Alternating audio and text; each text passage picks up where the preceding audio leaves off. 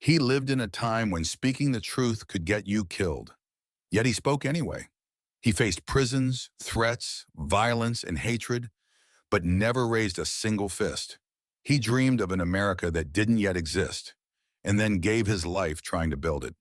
This is the extraordinary story of Dr. Martin Luther King Jr., the man who awakened a nation. When Martin Luther King Jr. entered the world in 1929, America was a country divided by race. Everything, schools, buses, restaurants, bathrooms, water fountains, neighborhoods, was separated by law. Black Americans faced humiliation daily. They had fewer rights, fewer opportunities, and almost no justice. But inside a small home in Atlanta, a child was growing. A child who would one day dare to challenge this entire system. Martin was raised in a family where faith and courage were part of daily life. His father, Martin Luther King Sr., was a powerful preacher, bold, fearless, outspoken against injustice. His mother, Alberta Williams King, taught him compassion, wisdom, and dignity. As a young boy, Martin faced discrimination early. One of his childhood friends, a white boy he played with every day, suddenly wasn't allowed to see him anymore. When King asked why, he was told, "Because you're black." The pain of that moment stayed with him forever. But instead of building hate, it built purpose. Martin was brilliant, so much that he skipped 2 grades and entered Morehouse College at just 15. During these years, something awakened inside him.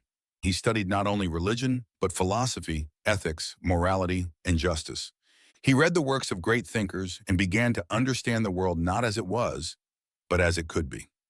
Later, he attended Crozer Theological Seminary and Boston University, where he earned his PhD. It was in Boston that he met the love of his life, Coretta Scott, a talented singer, activist, and partner who stood by him through every struggle. By the mid-1950s, segregation had reached its peak. African Americans were allowed on buses, but they had to sit in the back and give up their seats to white passengers. Then one evening, a quiet seamstress named Rosa Parks refused to move. Her arrest sparked something powerful. Local leaders needed someone young, educated, and brave to lead the protest. They chose Dr. Martin Luther King Jr. He was only 26. The Montgomery bus boycott lasted 381 days. People walked miles to work. Buses drove nearly empty. King's house was bombed. He received daily death threats. But he never reacted with violence. Instead, he said, "We must meet hate with love. We must meet physical force with soul force." The boycott ended when the Supreme Court banned bus segregation. King had become a national symbol of peaceful resistance. Throughout the South, segregation laws were being challenged. College students staged sit-ins at whites-only counters. Families marched through streets demanding voting rights. And everywhere you looked, King was there, guiding, speaking, inspiring. He faced unbelievable danger. He was arrested 29 times. He was beaten by police. He endured assassination attempts. His family constantly lived under threat. Yet he kept moving forward. One of his most powerful writings came from a jail cell, the famous Letter from Birmingham Jail, where he explained why waiting for justice was no longer an option. Injustice anywhere is a threat to justice everywhere. August 28, 1963, a day that changed American history forever.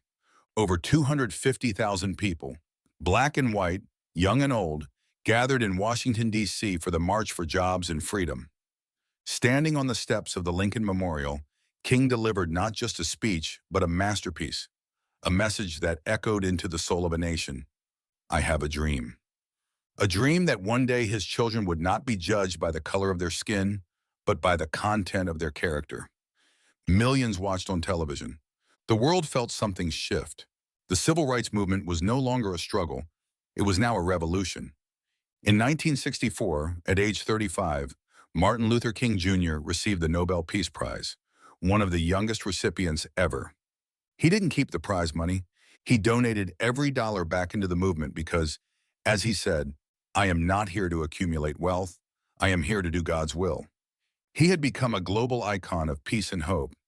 As King's influence grew, so did the challenges. He began speaking out against poverty, not just for Black Americans, but for all races struggling to survive. He also opposed the Vietnam War, boldly declaring, A time comes when silence is betrayal. Many powerful people grew angry. Politicians turned against him. The government attempted to discredit him.